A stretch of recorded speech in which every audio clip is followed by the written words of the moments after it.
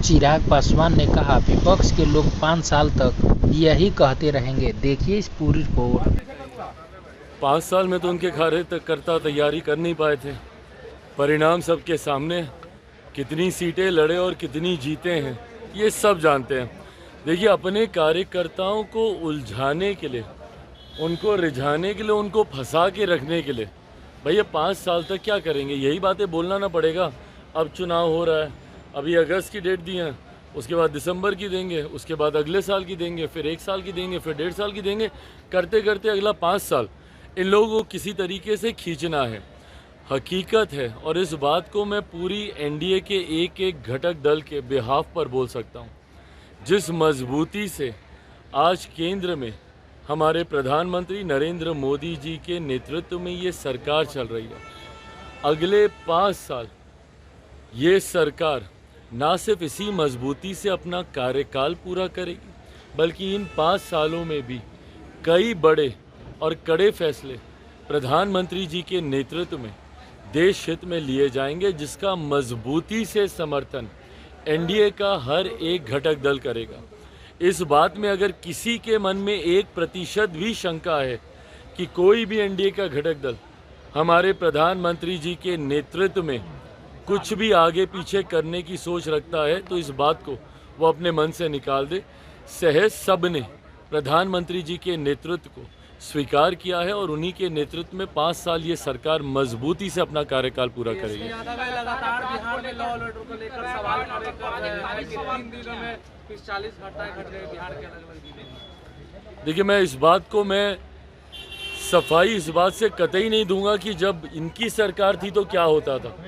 बिहार में 90 का दशक जंगल राज के वजह से जाना इसीलिए गया क्योंकि इन लोगों के सरकार में क्या होता था।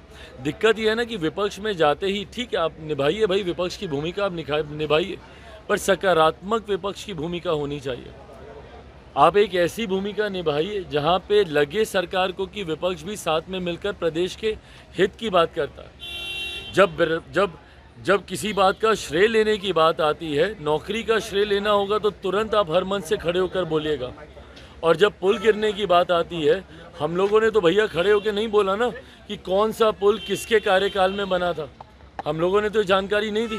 ऐसा तो नहीं है कि भाई अभी जो 6 महीने पहले जो एनडीए की सरकार बनी है उसी में ही सारे पुलों का निर्माण हुआ है। हम तो इस बात को सहज स्वीकार भी करते कि हमारी सरकार है भैया, जिम्मेदारी है हम लोग की।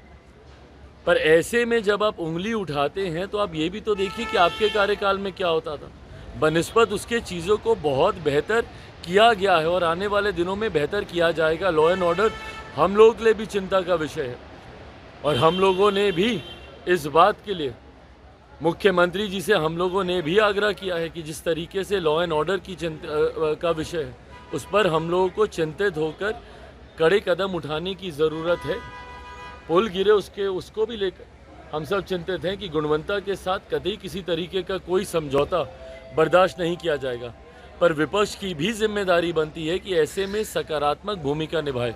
राहुल गांधी है वो आरोप लगाए थे कि रक्षा मंत्री पर कि अग्निवीर के शहीदों को मुआवजा नहीं मिले, उस पर सेना के जवानों ने भी जवाब दिया है, ट्वीट किया कि नहीं, उनको पैसा नहीं। भाई, ये गलत तथ्यात्मक जानकारी सदन के पटल पर आप रखिएगा और आज की तारीख में आप सिर्फ एक सांसद की भूमिका में नहीं है ना कि आप कुछ भी आए बोले और चले गए।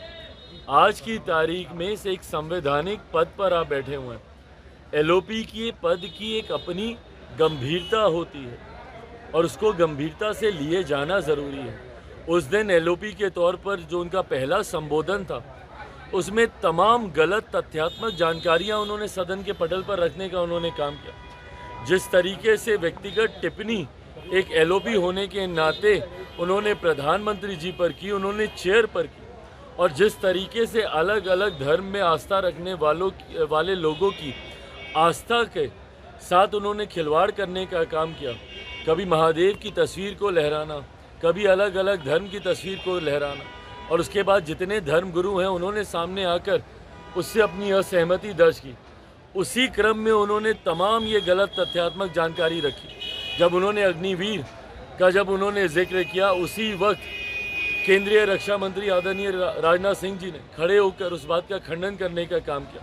पर दिक्कत ये है ना कि एक एलओपी होने के नाते अगर आप अपने पद की गरिमा को नहीं समझेंगे, अगर इस तरीके से हल्के में आप बयानबाजी करते रहेंगे तो आप अपने पद की मर्यादा को कम करने का काम करेंगे।